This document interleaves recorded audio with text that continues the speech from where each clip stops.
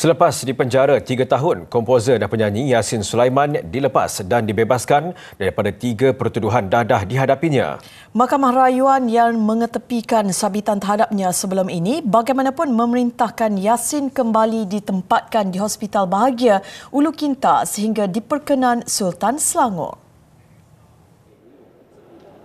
Keputusan itu sekaligus menyaksikan Yassin atau nama sebenarnya Muhammad Yassin Sulaiman terlepas hukuman penjara seumur hidup dan 16 sebatan yang disabitkan Mahkamah Tinggi Shah Alam tahun lalu. Prosiding yang dijalankan di hadapan 3 panel hakim diketuai Datuk Cik Rozima Ghazali sebulat suara membatalkan sabitan berkenaan.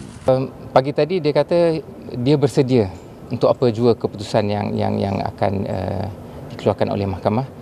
Tetapi alhamdulillah keputusan itu pada hari ini memihak kepadanya dan dia sangat bersyukur kerana 3 tahun lebih dia menempuhi perjalanan ini dan akhirnya keputusan yang muktamad sudah dicapai dan memihak kepadanya, alhamdulillah.